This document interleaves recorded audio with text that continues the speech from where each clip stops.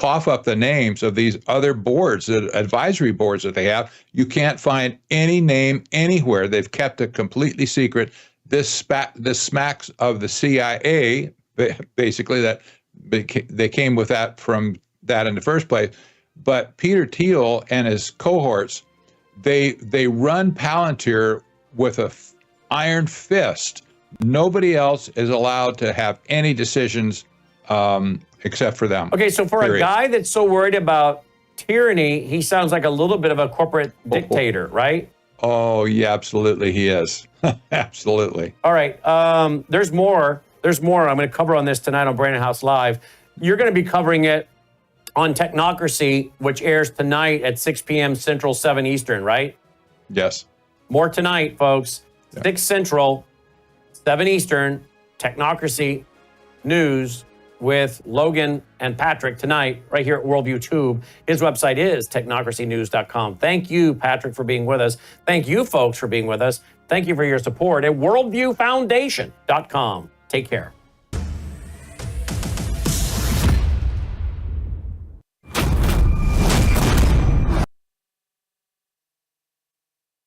You're watching Worldview Tube, built on the 35 years of Worldview books, documentaries, research, high-profile interviews, and the radio and television broadcasts of Brannon House.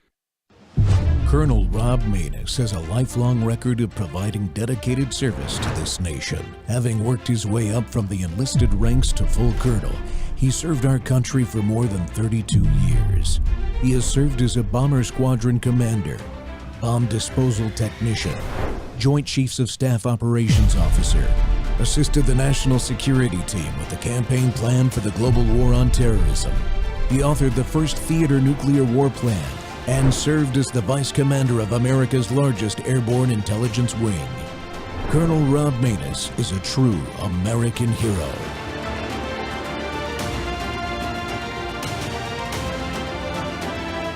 This is Rob Maness Live. Joe Biden brought the Intifada to our doorstep through his immigration policies, both with open borders as well as his visa policies as well. And when Stephen Miller says immigration security is national security, this is what he's talking about, to protect us from people like this suspect. Also, this is part of a broader string of attacks we've seen here in America. We saw the governor's mansion in Pennsylvania torched simply because the governor's a Jew there, Josh Shapiro. We saw 2 Israeli embassy staffers executed in Washington, D.C., and now this. And also, for those criticizing Israel in its response to the Hamas terror attacks on October 7th, what is the appropriate response to a 9/11 terror attack? When you have your women raped, your children murdered, when you have paragliders come into a concert and kill almost 400 individuals with women raped next to the bodies of their dead friends, what is the appropriate response? Because if you look at what we did here in America after 9/11, between 2001 and 2001 to 2021, we dropped over 80,000 bombs and munitions in response to 9/11. Yeah. So what is the appropriate response to a 9/11 type terror attack? Yeah. Welcome back to Training Tuesday. The Rob Maness Show is live on Worldview Tube and our X Spaces simulcast. And as predicted, homeland terrorism appears to be surging, folks. America's facing a surge in this homeland terrorism that's really, in my opinion, more dangerous than ever before. In Boulder, Colorado, Mohammed Saliman attacked a pro-Israel event just days ago, setting people on fire and injuring 8 while screaming "Free Palestine" amongst other pro-atrocity tropes. He was in the country illegally and is now facing murder and terror charges, as it should be. In D.C., Elias Rodriguez shot 2 Israeli embassy staffers, Americans. They were outside of the Jewish Museum and shouted, "Free, free Palestine," as he was being arrested. In Palm Springs, California, a 26-year-old extremist bombed a fertility clinic because he believed having kids is evil.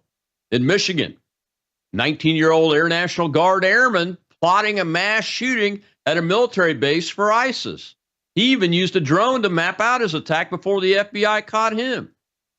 Angry attackers have been shooting at burning Teslas because of Elon's ties to the Trump administration. All of this on top of the ISIS-supporting terrorist that was an Army reservist that killed civilians in New Orleans on New Year's, and the Special Forces soldier that attacked the Las Vegas Trump Tower, whose motivations still are not known in that same week. Well, the FBI says it's tracking every threat and are no longer distracted by things like chasing MAGA grandmas from January 6th. But how effective are they as this new administration is still getting into place? A lot of personnel changes are happening all at the same time. And that is why my guest today is a retired FBI supervisory special agent, Chris Hinkle.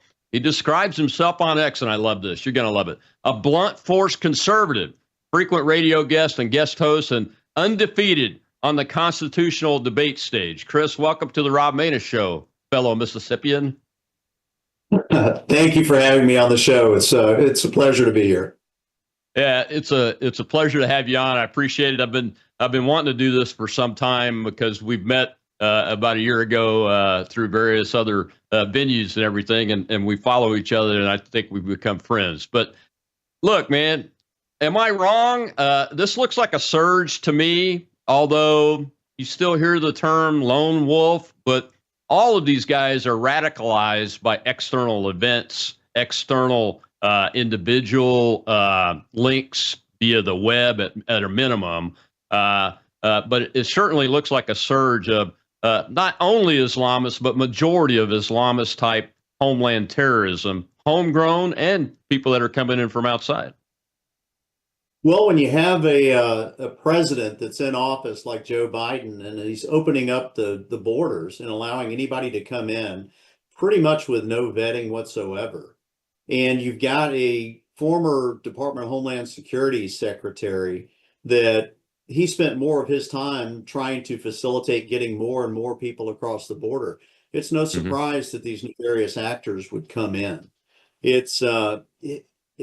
I think we're going to see more of this. However, I am heartened by the new tempo of the FBI under the leadership of Kash Patel and Dan Bongino. And that was evident in how quickly they identified this as terrorism. I had some conversations with someone in their circle, someone that I'm in contact with recently, and daily, just about. And that individual and other individuals assured me that decision was made quickly. Once this individual was shouting the things that he was shouting about free Palestine, and then began taking actions to harm people by setting them on fire, it was a no-brainer to call this a terrorist event. I don't think you would have seen that from the past administration. And that was evident from the type of ideological focus of that police chief there in Boulder, Colorado, who was reluctant to call it a terrorist event, even though the FBI was already on the case and moving forward. I think the SAC there, Mark McCulloch, I don't personally know him. He came in about 5 or 6 years after I did in the Bureau, but I'm impressed with how he's handled the situation. He was quick to answer questions from the podium, and he has given updates. He has had follow-up press conferences. His media person has been putting the information out there. And I think those things are going to go a long way with the citizens in earning their trust back. And that is something that the FBI has desperately got to do, is to earn that trust back from the American people. Yeah, and I think, I was impressed at the non-ideological messaging coming from the FBI leadership and the FBI office out there in Boulder.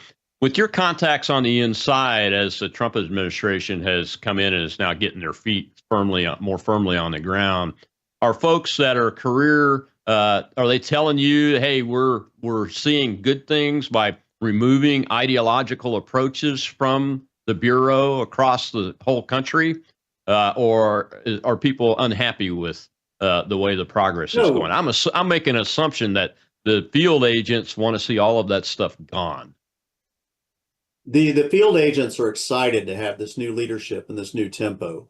Yeah, that was what my frustration was with the past administration and some of these individuals out there who were parted ways, we'll say that, from the FBI, that want to castigate Kash Patel and Dan Bongino for taking this new tempo because their cases haven't been heard and restored. But the majority of the field level individuals, even those in management, are embracing this. Now, I did get information today that recently 2 more SACs were removed from their positions. So there is a vetting process that's going on. It's going to take a while to go through this. It's not as rampant within the system, especially among the agent cadre.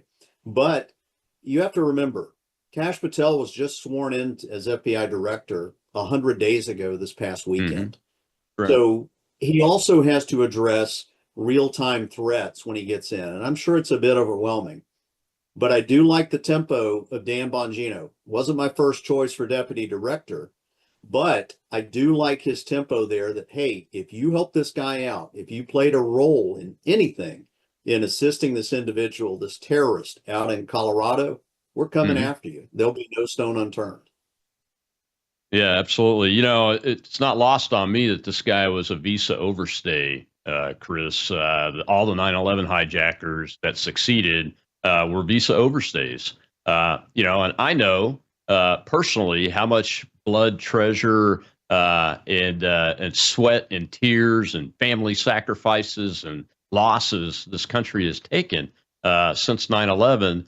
Are you concerned at all with the fact that we have these millions of people in this country now? And what's the FBI's role working with ICE and the Joint Terrorism Task Force and the interagency, like the Counterterrorism Center? How is that role looking, and should we put more resources behind this effort? Well, I feel the same way that you do. I was in DC that Tuesday morning on 9/11 as a young FBI agent. The bridge that Flight 77 came across, and hit the Pentagon. 20 minutes before that happened, I was underneath that bridge in my 1994 Crown Victoria. And by the time I got up on 66 to go into Virginia to get home, I'd been up all night on search and arrest warrants, helping out another squad. Was when we got the call that a plane had hit the Pentagon, and our lives all changed dramatically. It's a very sensitive issue for me. I mean, it's sensitive for everybody, but two of my best friends that sat in the office next to me, from our exposure at the Pentagon and digging through that rubble pile looking for remains, have since passed away of cancer. And for the rest of my life, the World Trade Center Health Foundation checks me out every year to see if I've progressed in any type of cancer. But you know what? I am a true believer in the Constitution. I swore to protect and defend it with my life. I would do it again in a heartbeat, even knowing the outcome. And I'm pretty sure that Melissa Morrow and Mark Mikulski that sat next to me in the office would do the same. Now, as far as the individuals that are here in the United States, we've got a great working relationship blossoming between the FBI and Homeland Security. You're seeing video of them each day going out and working together to address the threats that are out there. That is something that even back in the early 2000s, we didn't really have that when Homeland Security stood up. There was a bit of competition and a bit of testing to see who was going to move forward on certain things. I'm glad to see those things have been put behind us, that they're working together. I think that's also working well with our state and local law enforcement on the task forces. And I think the more that they see these agencies working together, the people are going to regain more confidence that these law enforcement agencies are out there trying to protect them. I think the biggest concern that citizens should have right now is what is your congressman doing? What is your senator doing to help support this effort to rid these individuals, these miscreants that were led across the border by the Biden administration? When are these questions? When are our congressional leaders going to ask these same questions directly or deal with the funding with the Supreme Court and their lower courts oversteps with the things that they're trying to do to impede the president from faithfully executing his duties to protect and defend the citizens of the United States? He is bound to faithfully execute the laws of this land. And we've got unelected bureaucrats in the judicial area that are getting in the way. And there are two groups of individuals that can do something about that. That's Congress and that's the Supreme Court. And the longer that they refrain from doing that, the lower their credibility is going to go. Yeah, I mean, the Supreme Court just denied looking at 2 Second Amendment cases yesterday in the context of this Islamist guy that's illegal, that's overstayed his visa twice, the way I understand it. He did it twice. And in the area where the civilians were that had to help people out and keep them from dying, you couldn't carry a firearm. I mean, the Supreme Court needs to take that on, but the ones that I really hold responsible are the Congress. They have full responsibility for all the courts below the Supreme Court under the federal Constitution. It's their power. They establish them. They confirm the judges, and they fund them. And they certainly have the wherewithal to pull them up. But I haven't seen any movement whatsoever. We got to take a break here in a second. But I want to see movement from Mike Johnson in the House of Representatives to start shaking these courts up. I mean, Thomas Jefferson did it in his presidential term. He did a bill that disestablished some of the courts so that he could reappoint new judges because the judges weren't following the law and following the Constitution. Well, Chris, we got to take a break real quick. When we come back, we'll see another little clip, and it will be about this case specifically in Colorado. I want to get your thoughts on it.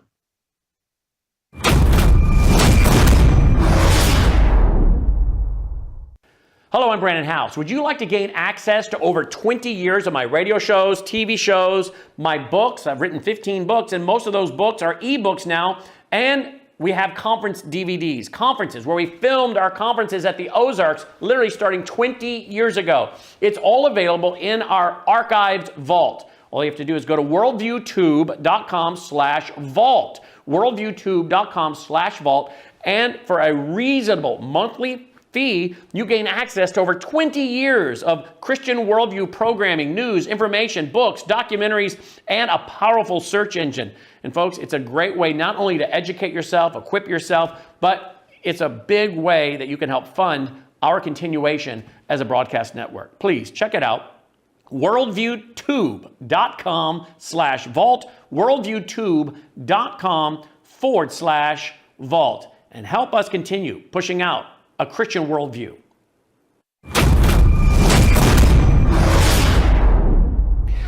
Well, it's so hard to be shocked today when you see all the things happening around us, but the utter depravity of this individual, the lack of humanity, just continues to shock the conscience of the nation, and certainly should be shocking to anyone, regardless of how you feel about the conflict in the Middle East. And this is a classic terrorism case. What the evidence shows is that there was preparation, rather deadly preparation, his intention to target people over their religion, and clearly an effort to terrorize this community. So this is a lead pipe cinch of a case for terrorism. The bringing of initial charges are often placeholders for the federal government to say that they have an outstanding charge against an individual. There's often tension, or at least some coordination, between the federal government and state governments in crimes like this. There may be, frankly, less deference with regard to Boulder because it has a rather liberal record in terms of enforcement. But they have to work out together who will proceed first. Welcome back to the Rob Maness Show. It's Training Tuesday, and we're talking with Chris Hinkle. He's a retired FBI supervisory special agent. So he's done everything from the field work, the knuckle bruising work down in the field, taking care of bad guys, and then the supervisory type work over agents himself, and understands everything that's going on really with the Bureau, the public's trust or lack of it in the Bureau, and most importantly, the Bureau's responsibilities and its focus on where it should be. And it's, in my opinion, it should be focused on cases like this more often than not when we're talking about the protection of the average American citizen, terrorism and counterterrorism. And Chris, welcome back to the show. I wanted to show that little clip there because, part of this is a visa overstay, yes, but part of it is also an anti-Semitism streak that's going through this country, especially among younger people in this country right now. What do your folks tell you that you talk to all the time that are still in the bureau and still on duty, but also have left recently, as to how the anti-Semitism challenge is being looked at by the bureau? Well, I don't get specifics on how the Bureau is looking at that. I did supervise the civil rights program when I came down here in the early 2000s to Jackson, Mississippi. So I've got a pretty good understanding of that. Had the opportunity actually to supervise the reopening of Mississippi Burning. So the way that I look at this, and I try to explain to people, is they tend to try to give more constitutional rights, or actually give constitutional rights to those that are here that are not citizens. And that's just not the case. A simple reading of the Constitution, of looking at DOJ policy, they're not afforded the full complement of rights as private citizens do.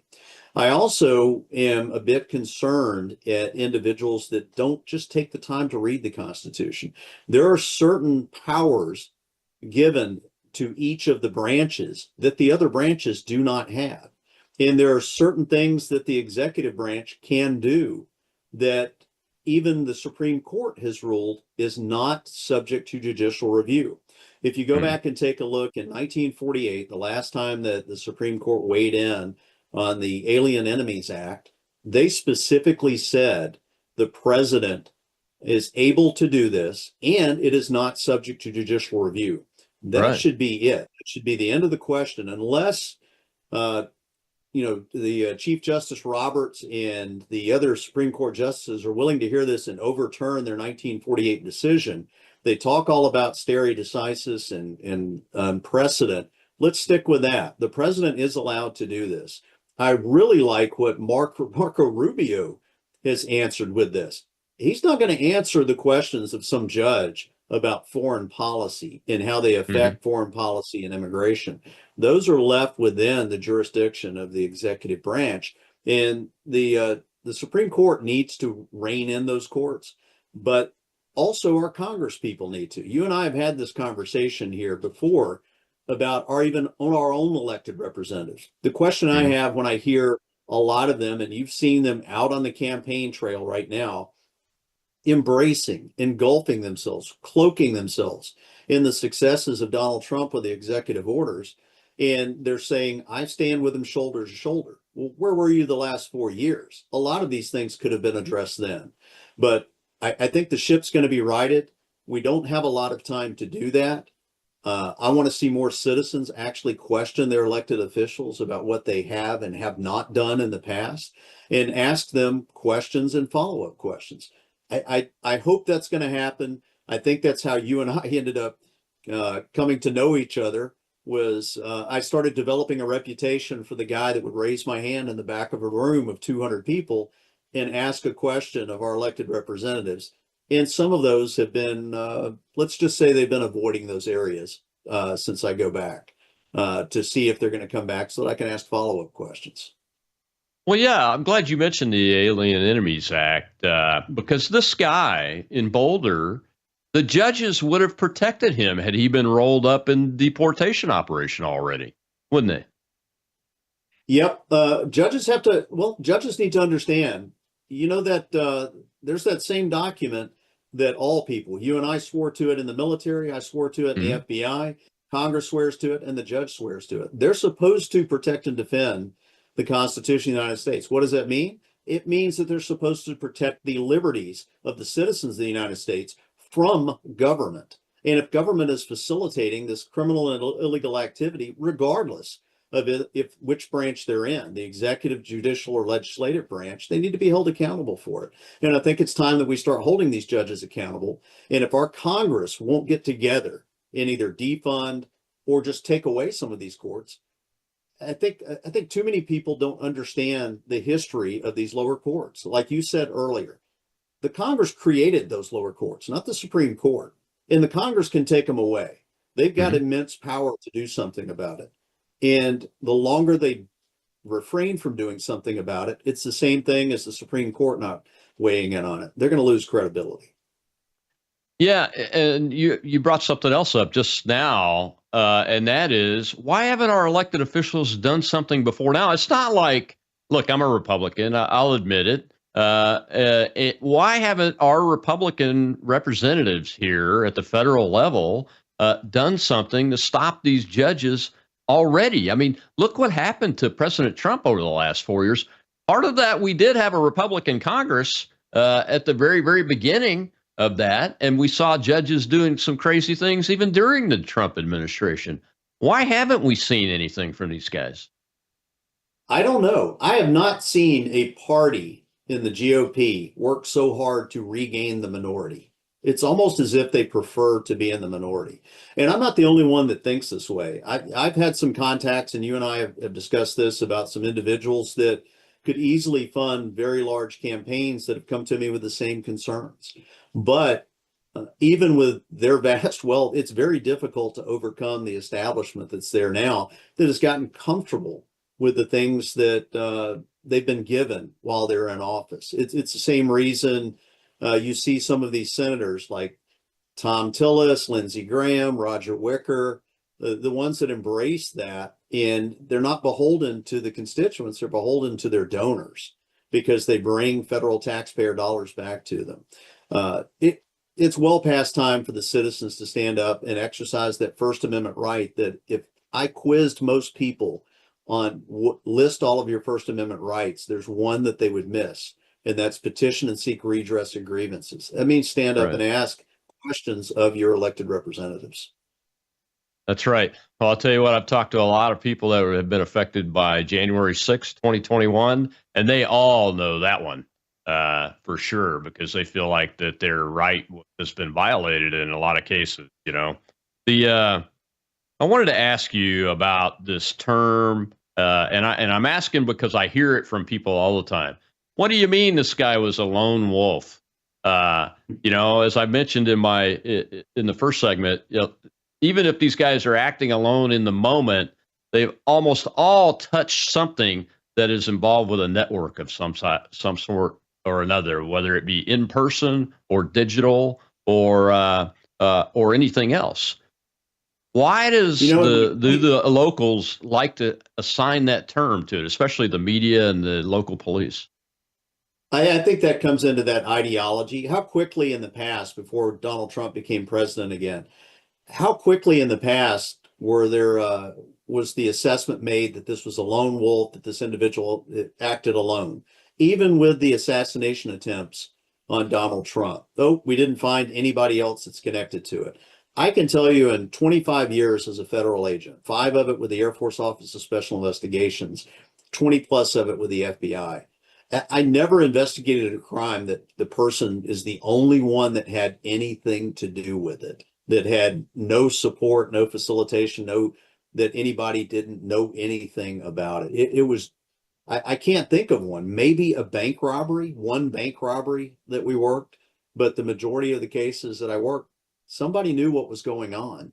And it sounds like we're going to get a new tempo, especially from the things that Dan Bongino has said about, if you assisted this person, we will find you. I guarantee you, we will find you.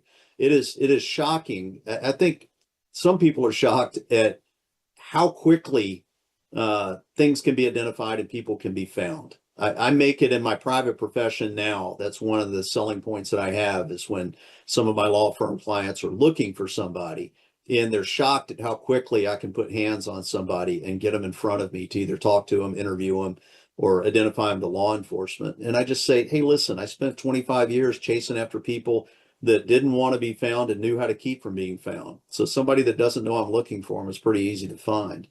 But I think, getting back to your point, I think we're going to see better days with the FBI. There's going to be some growing pains here. I think we're going to see a better tempo of understanding what the threats are on the ground. I like this regional concept that Kash Patel's putting into place, where we're going to be driven from threat-based from the regional threat, the local threats, and not something dictated from headquarters down, as Robert Mueller brought to us. Yeah, it's just like in military operations. Your best information comes from the grunt at the front, is what the phrase I used to use. Even in the Air Force, we have grunt security forces. And I used it in my last job in the Air Force. I was commander of the base at Kirtland Air Force Base. And my law enforcement guys, I had 600 plus of them. We created an intel section that worked with the JTTFs, the Joint Terrorism Task Force, the local FBI office, and local law enforcement, obviously. And it was always where I got my best information was from somebody that was closest to an event, closest to an activity, closest to a location.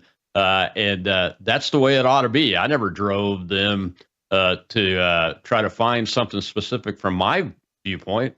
It was always from theirs. That's how that works. Counterintelligence and counterterrorism, right?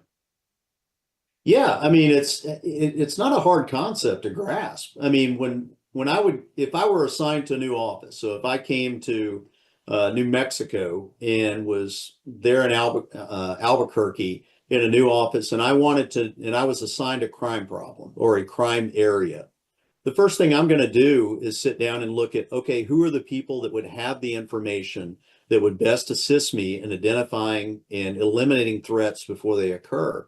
And I would go out and cultivate sources. I would informants. I would cultivate sources. I would cultivate liaison with people in the industry. And I would set up tripwires where individuals knew to call me if they saw some of the things that I was looking for. Why Robert Mueller chose to do away with that from looking at what are the field offices seeing, because your special agent in charge is going to go meet with the governor, with the attorney general, with local police chiefs, with the sheriffs. They're going to hear, here's the things, here's the problems going on in our area. But we shifted away from that out of this fear that Robert Mueller had after 9/11, and he got embarrassed in front of the CIA director with George W. Bush. If you talk to my friend Thomas Baker, who details that in his book, The Fall of the FBI, you'll see that why all of this came about. It was just a way to try to salvage some of the reputation at the time that was damaged, and trying to take the FBI as a square peg and put us in a round hole. It just didn't work at the time, but it was forced into there. And I'm glad to see that we're getting back to the FBI that I joined in the 90s under Director Free. I think you're going to see a better day. You're going to see professionalism. You're going to see agents out there looking like agents, comporting themselves as agents. You and I are old enough to look back that if you closed your eyes and you imagine what an FBI agent looked like, they're in a suit and tie. The person that's in charge at the crime scene is always in a suit. And that's who they're looking for. So I think you're going to see less and less of the polo shirts, cargo pants, and hiking boots, unless it is operationally necessary. But I think that the FBI's best days are ahead of it. I hope that the people will be patient enough and not seek this trial in the court of public opinion that when are we going to arrest the people from the Epstein case? When are we going to arrest, Chris Wray and Jim Comey and all of that? I think the approach that they're taking right now with just bringing some transparency to it and saying, here's the things that were going on. Some of those, the statute of limitations has gone past, but the citizens have a right to know. I'm heartened that they get that information out there quickly. And that is dovetailed into real-time events where you saw the SAC out in Denver go in, do a press conference, a follow-up press conference, and he has his public information person putting information out there to keep the public informed. Yeah, exactly. If Mueller had only thought about that and remembered that if he had been paying attention to the field, there was a memo from a field agent about Islamists doing pilot training that was missed. That was the broken chain, in my opinion. Or not learning wanting to know how to fly a plane and not caring about how to land. Yeah. Listen more to the guys and gals in the field that are doing that work and sending information up versus paying attention to all the information coming out of the top. I think that's the right way to do it. Well, we got to take another break. When we come back, I want to get your take on a little incident with the Secretary of the Navy, Chris, that you saw, and then expand out on that topic more about the Islamist and pro-Palestinian, pro-Hamas factions that are in America today. We'll be right back with Chris Hinkle on the Rob Maness Show. All right, everybody.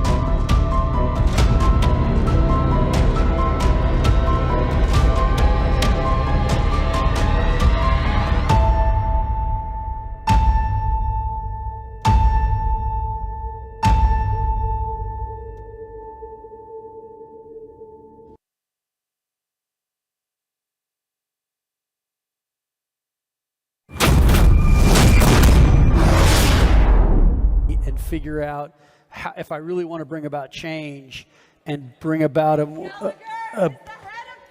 more adaptable culture.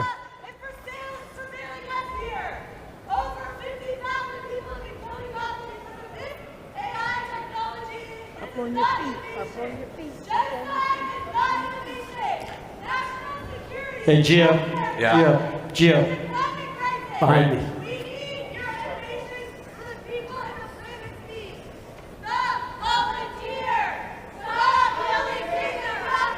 All right.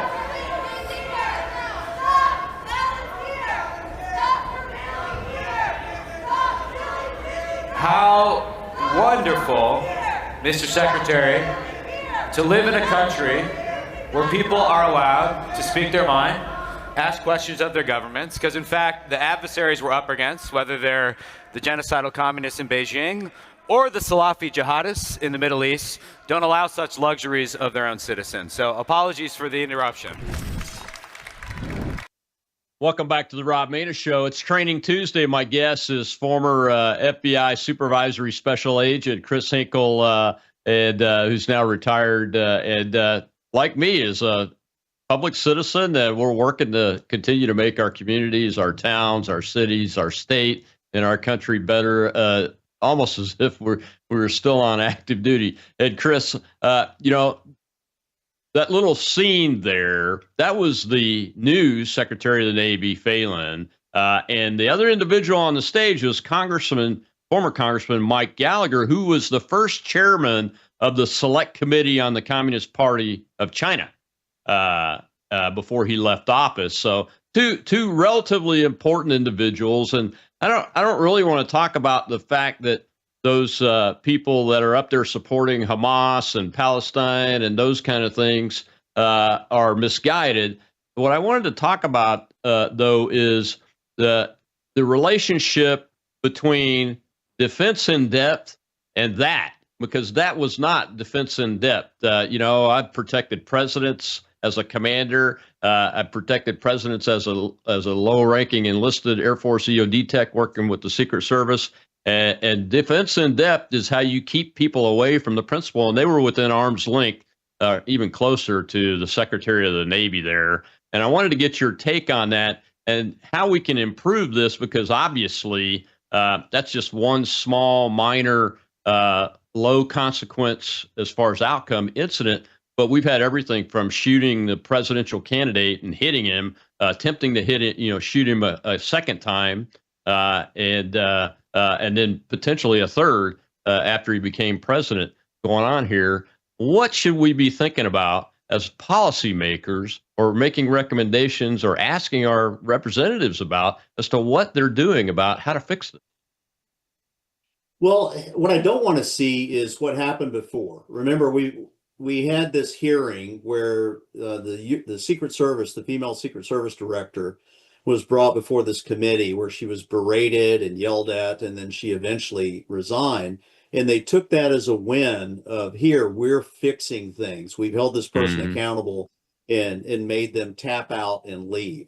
Well, that doesn't fix the problem. I've had conversations with friends of mine in Secret Service, and you've got to change the structure, the things that are being done from the ground up. Reinforcement of the Constitution, at teaching at the law enforcement academies, at these training events. Everybody needs to start with the Constitution and work up. And from what I saw at this event, the examination of it shouldn't be just looking for somebody's head to put on a pike as the ultimate person that was responsible for the security there. It should be, who was responsible for putting this process together? You and I have enough awareness that when we walk into a room, we look around and we identify certain things. Where's the easiest exit? Who potentially would be a threat here? If I'm going to sit somewhere, I'm not going to have my back to a door or window, those types of things. It's very basic things that could have been done at this event. You've got someone in Phelan who has had incidents before where protesters have gotten close to him. You know that this is going to happen. Your threat assessment should tell you that you need to have some distance between them and what level of security is going to be there. they had to unfurl that banner before they approached the stage. That's when it should have been stopped, not when they got to the stage. When they get to the stage, it's too late. Yeah, that's right. Yeah, and I like your point about the headhunt thing. Although there was some ideological stuff going on, it appeared that most people saw in the Secret Service thing around the president when he was hit with the bullet, and very much concerned about that. Of course, it got overblown because politics entered it and everything, and there was a presidential election going on. But we've got to figure out how to make sure the people that are in charge of these types of protection activities, like you said, understand the basics. You know, I mean, I don't even start with an intel. What's the intelligence on the ground? Show me. I start with walkthrough, like you talked about. You do a simple walkthrough with the folks responsible for securing the venue, right? And yeah, I even think what we would call the principal, which would be the Secretary of the Navy, you need to afford him some level of training so that he becomes aware of looking at his surroundings. The Secretary of the Navy easily could have gone up there and said, I don't like the fact that they're this close to the stage. Let's block off these seats. You know, ask questions about what level of security that you have. Those are some things that if you make them aware, they can look into it themselves when they get there and start asking questions and refuse to go forward if they think that it might be an unsafe environment. I'll be curious to see how this comes out. Is this going to be more of our elected representatives parroting our concerns in the media, where we're going to see them on Fox News and CNN talking about, oh, well, this should have never happened. I'm going to get to the bottom of it. I'm as outraged as you are. Or they're going to hold more hearings where they're going to bring people up, they're going to berate them, and they're going to put on theater. But what happens in the end? Nothing. Nothing. Yeah, I'd like to see one time somebody come out and say, we're going to look at this event because here are the issues. We have to be transparent with you. This is a national security issue. The man who chaired the Chinese Communist Party Select Committee investigating the CCP within the United States, and it's declared unrestricted warfare on us, was on the stage. He's very important to their operatives to shut him up, slow him down, disrupt what he's doing. And the Secretary of the Navy, who is sworn to build the most ships of any Secretary of the Navy, the President of the United States calls him in the middle of the night, he says, build more ships, build more ships. That directly impacts the Chinese, and that connection between the Palestinian supporters, Islamists, and the Chinese Communist Party. We're going to look at all that and conduct an investigation. And oh, by the way, we're going to put, I don't know, maybe the FBI's National Security Division is going to be in charge of this counterintelligence investigation, and we're going to set up an interagency task force that they're going to lead. That's what I'd like to see, because nothing's going to get done in a committee in Congress. Yeah, I think you're going to have some of the heads of these law enforcement agencies stand up and take ownership of this. With the Butler, Pennsylvania site, I was asked a number of times about that situation. And I noticed when Chris Wray was testifying about it, he talked about, different lanes that people were in. That, okay, well, the Secret Service is investigating this, the locals are investigating this. No, you need an agency in charge that is the focal point of all investigative information coming in. And if the Naval Criminal Investigative Services doesn't have the resources to address this and analyze it, yes, bring somebody in from the FBI. As many hits as the FBI has taken over the years under the failed leadership of Comey, Wray, Mueller, Strzok, Page, I can go on. The agents that are on the ground are still the best of the best of the best. It's why when Jim Comey, after he went and was showing off his seashell collection and was brought to the Washington field office to be interviewed, the first thing that I said, please don't let a supervisor or somebody in executive management conduct that interview just because it happens to be the director. You want a seasoned, experienced, street level agent sitting in that room. Same thing I said when I was in the FBI and Hillary Clinton was brought in to be interviewed, and it was executive management. She was allowed to bring in her attorney, and nothing really got accomplished there. I said, it's easy. Have me, maybe one other agent as a note taker, and Hillary Clinton sitting in a room, and let's have a chat. She can either answer the questions or not, but you're going to get more out of that from a person that's experienced at doing it. And I agree with you. If the FBI is somebody that needs to be brought in to fully examine that, let them do it. They've got the experience, they've got the resources, they can get it done in quick fashion. Same thing with the Butler, Pennsylvania site. That investigation should have been wrapped up in about 2 weeks. I could have taken five agents there and wrapped that up. It's about building the public's confidence back in our institutions. I mean, we're talking about just the FBI at this point, but every institution involved in something like this. That's kind of why I rattled them all off. It's because we have the capability, we have the people with the capability in those offices and can get that done. We got to take our last break, and that last segment is exactly that, Chris. I want to talk in depth more about rebuilding America's confidence in the FBI. So I can look at the FBI and see the one that I saw when I looked at, I don't know, the old days, ties and suits and the untouchables, that kind of FBI. That's what we need, and we need it right now. We'll be right back with Chris Hinkle.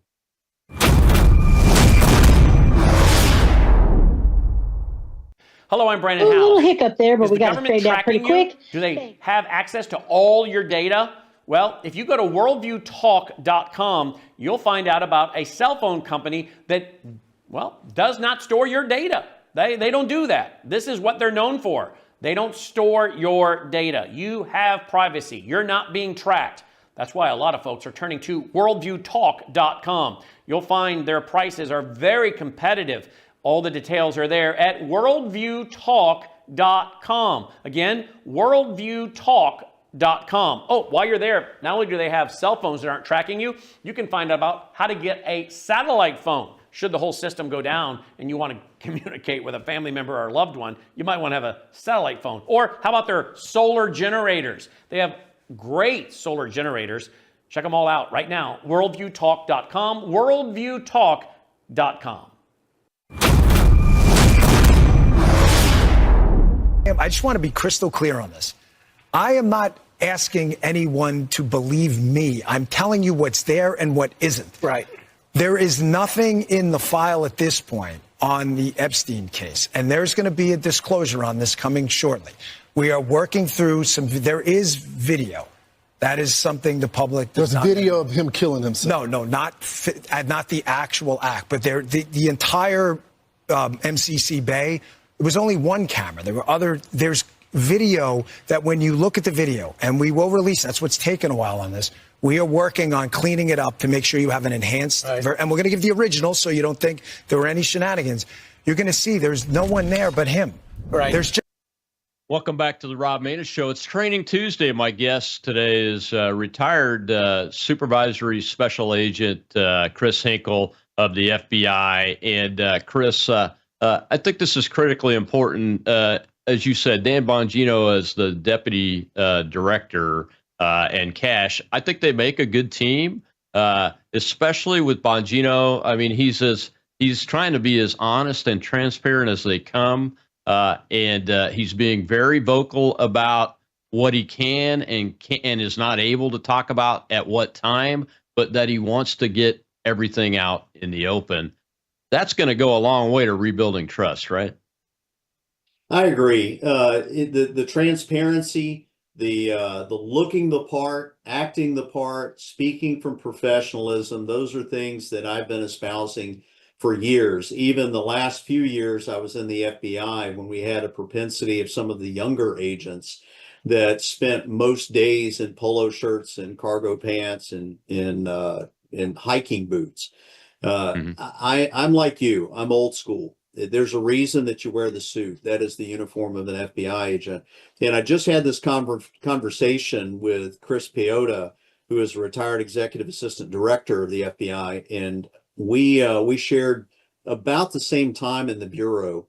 He obviously went to higher levels than I did, but we were talking about when we went through the FBI Academy in the 90s, there were certain days that you were required to wear a suit. You know, most of your training was done in cargo pants and a polo shirt because you were running back and forth to the range, to the gym, to things like that.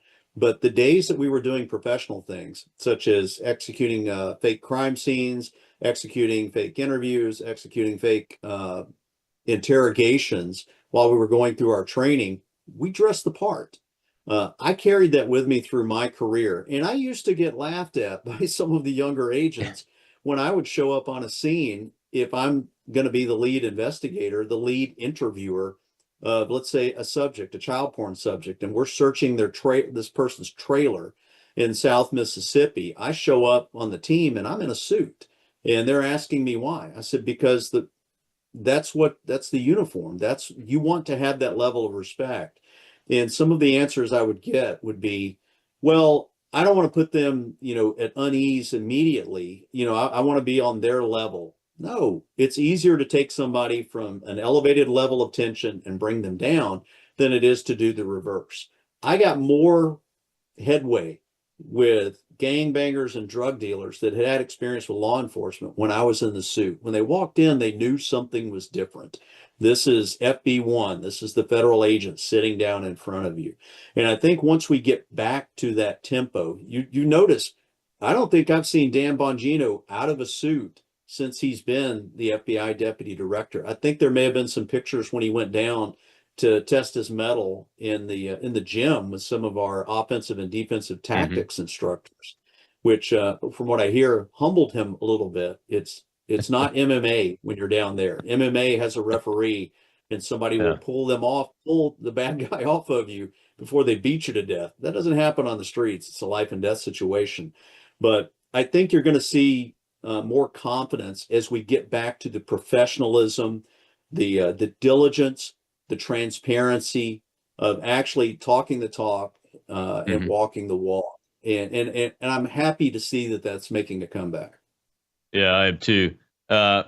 This next question, I mean, this is a tough question for somebody that's done a whole career in the Bureau, but, we keep seeing reporting about specific positions still being filled by individuals that did such and such. I'll give you the latest example is the guy that leads the Richmond office that was responsible for the anti-Catholic, traditional Catholic extremist memo. He's still in position. What is I guess, with what kind of speed can the Bureau move to shift personnel out of positions like that individual to reinstill the faith of the public? Because I don't think the public will ever accept that individual continuing to be in charge of that office for as long as he lives and as long as they exist. And I know that's a challenge because we've seen other examples of it since Cash and Dan took over. But it's something that's got to be addressed. How do you expect the Bureau is going to address that? Again, through transparency of putting the information out there. If you take enough time to look at the chain of events, what the information was, and dealing with Norfolk and that Catholic memo that came out, I think you'd have a different understanding of it.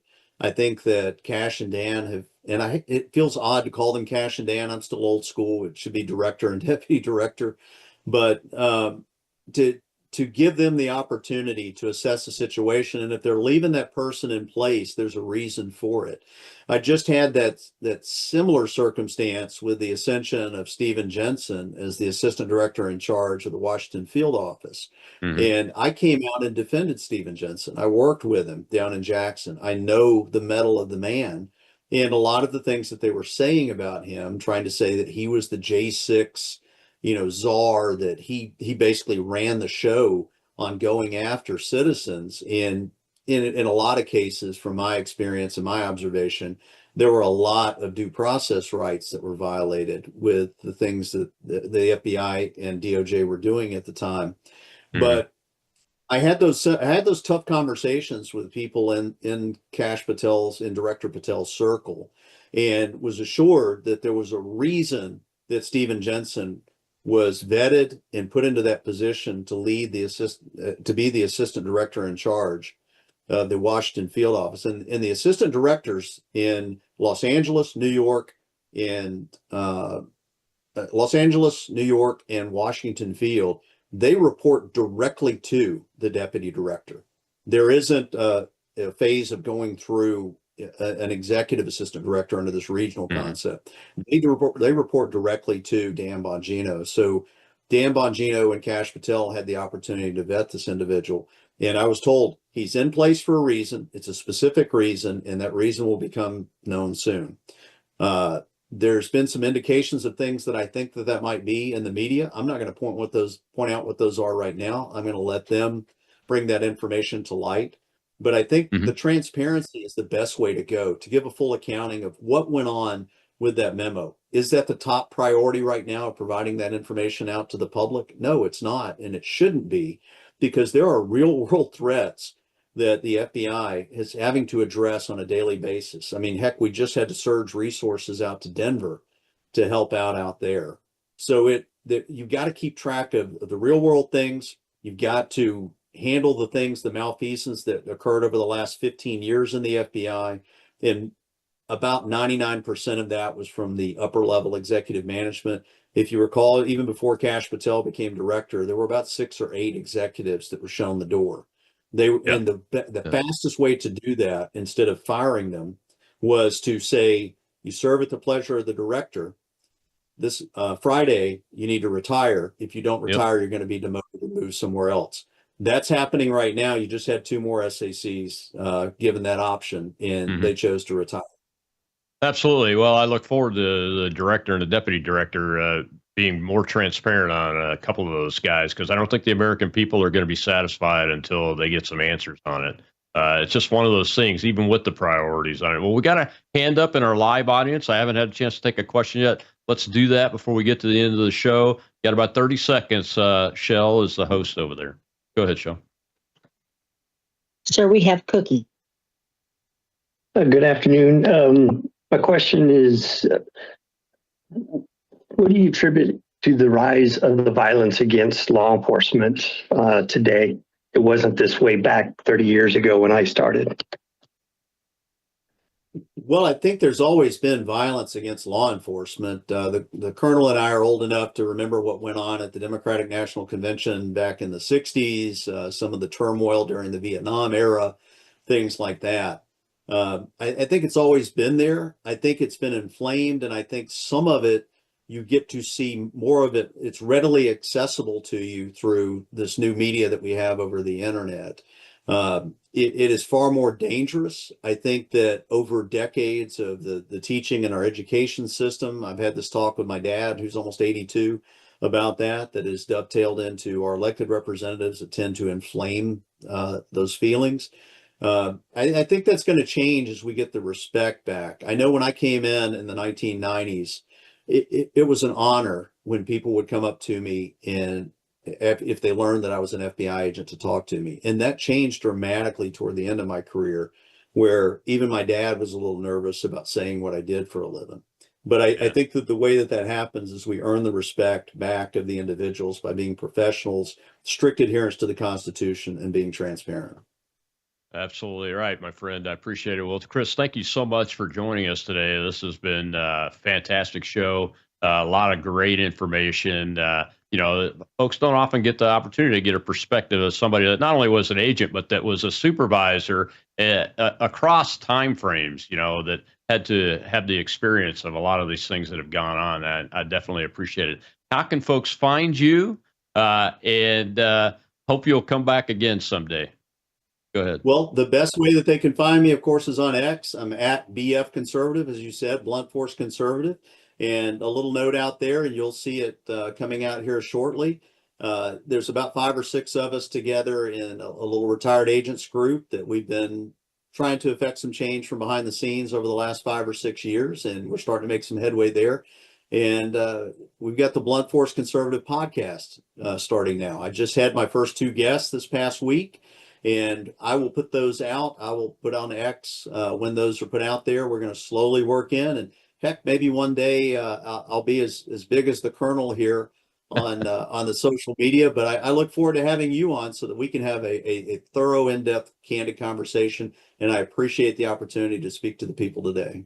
Absolutely. I know my audience will share it. We'll be on the lookout for that podcast. And congratulations, Chris. I look forward to seeing what you continue to do for this great country, my friend. Well, tomorrow, folks, is Whistleblower Wednesday again, and Steve Baker of The Blaze has got some explosive investigative reporting to talk about, and it's going to be the heat, so you don't want to miss it. I'll see you then.